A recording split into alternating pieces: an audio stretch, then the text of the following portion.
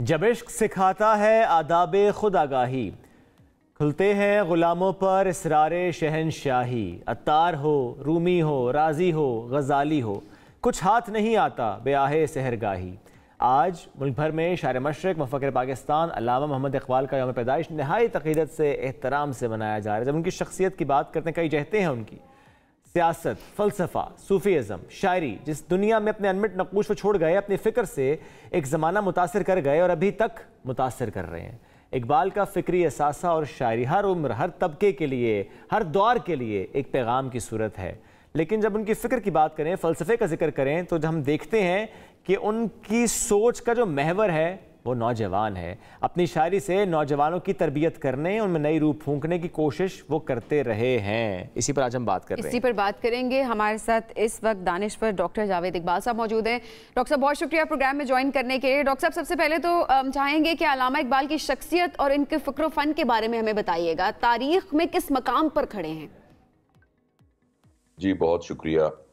देखो बेटा, इस दुनिया में जितनी भी बड़ी तब्दीलियां आई हैं, जब भी एक पूरी तहरीक शुरू हुई है जिसके नतीजे में कुछ मार्ज़ वजूद में आया है, तो उसके पीछे हमेशा एक फ़िलॉसफ़ी होती है, उसके पीछे एक मुफ़क्किर होता है।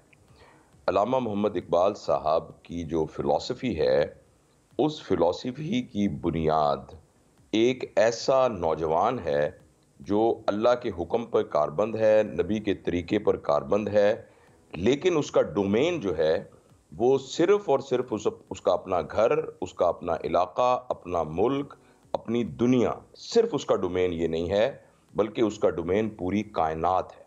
जो एक आफाकियत एक इंसान को अल्लाह ताला ने दी है कि एक इंसान का, जो 5 फुट 8 इंच का एक इंसान है और जो लिमिटेड टाइम के लिए इस दुनिया में आया है, वो इतना अहम है और इतना मुअस्सर है कि उसका असर पूरी कायनात के अवामिल के ऊपर हो रहा है। ये वाला जो कॉस्मिक कॉन्सेप्ट है, इस कॉन्सेप्ट को की एग्जीक्यूशन को किस तरीके से डिवाइन इल्म के साथ जोड़कर नौजवान की तरबियत की जाए, ये उनका आफाकी मैदान है। जो उनकी शायरी है वो उनकी फ़िलॉसफ़ी का बहुत थोड़ा सा हिस्सा है, जो कि हम उसको इस्तेफादा कर सकते हैं। जो फ़ारसी की उनकी शायरी है वो फिर थोड़ा सा और ज़्यादा है, लेकिन जो असल थॉट है उनकी, वो उनके फ़िलोसॉफ़िकल आइडियाज़ हैं, जिसकी बुनियाद पर एक इंसान की तश्कील करना था, जो कि यानी इस्लाम के पैराडाइम में रहते हुए पूरी कायनात का दूल्हा हो। तो ये मुख्तसरन मैं आपको बता सकता हूँ कि उनकी फ़िलॉसफ़ी का ये crux of his philosophy is this. और डॉक्टर साहब, अगर हम आज के दौर में इस पर गुफ्तगू करें कि जब हम बात अपने असलाफ की करते हैं, जब बात हम इकबाल की कर रहे हैं, तो मेरा एक बुनियादी सा सवाल है डॉक्टर साहब, मेरी पहचान क्या है? क्या मेरी पहचान इकबाल है या मेरी पहचान मेरा आज का ये हाल है?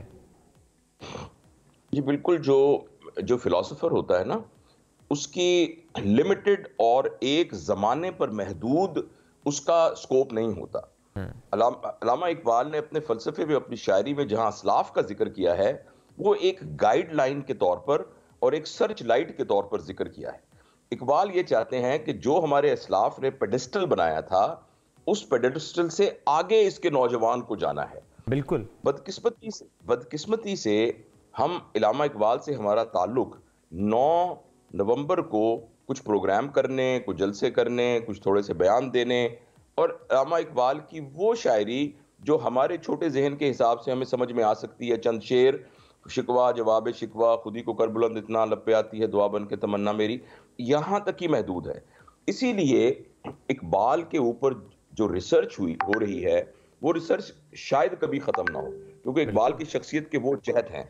मैं ये कह रहा था कि बदकिस्मती से हमने सिर्फ इस सेरिमोनियल और इसको ही सिर्फ पकड़ के रखा, मगर इसकी बुनियाद पर हमारी नेशनल पॉलिसी में नौजवान की तरबियत का कोई प्रोग्राम कभी नहीं बन पाया। डॉक्टर साहब, हमारे लिए तो सिर्फ एक छुट्टी का दिन हो गया ना, यही तो हम पहले भी देखते हैं, और अब जब छुट्टी खत्म हुई फिर दोबारा छुट्टी का आगाज। तो 9 नवंबर क्या है, अल्लामा इकबाल का यौम पैदाइश और आज छुट्टी है, इससे आगे नहीं बढ़ पाए। जी, और आप बिल्कुल सही कह रहे हैं, और जिसका हमें बहुत सख्त नुकसान हुआ है। बिल्कुल। नुकसान इस तरह हुआ है कि जब पाकिस्तान को बनाया गया, तो जिस बेस पर पाकिस्तान बनाया गया वो पूरी दुनिया में उससे पहले कभी इस किस्म की कोई फिलॉसफी किसी मुल्क के बनाने के लिए यानी जनरेट नहीं की गई।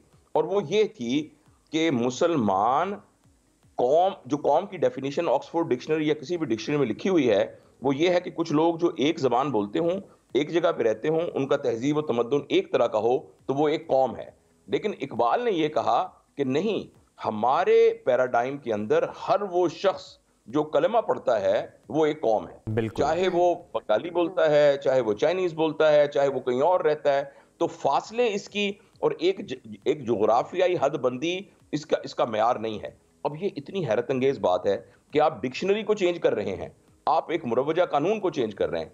इकबाल की फिलॉसफी में अल्लाह ताला ने हमें एक मौका दिया था कि हम इसको प्रूव कर सकते, अगर हम इसको, और हमें अपॉर्चुनिटी मिल गई, हमें एक जगह मिल गई, लेकिन बदकिस्मती से शायद हम एक आज़ाद मुल्क हमें मिल गया, लेकिन उसके बाद भी यही हुआ कि हम अपनी ही धुन में लगे रहते हैं और हम भूल जाते हैं कि अल्लामा इकबाल ने हमारे लिए क्या छोड़ा और वो शायरी जो थी वो किस तरह से अभी हमारे हालात बदलने के काम आ सकती थी, जिस तरह से उस वक्त के हालात बदलने में वो शायरी, वो फ़लसफ़ा काम आया। डॉक्टर साहब बहुत शुक्रिया प्रोग्राम में ज्वाइन करने के लिए।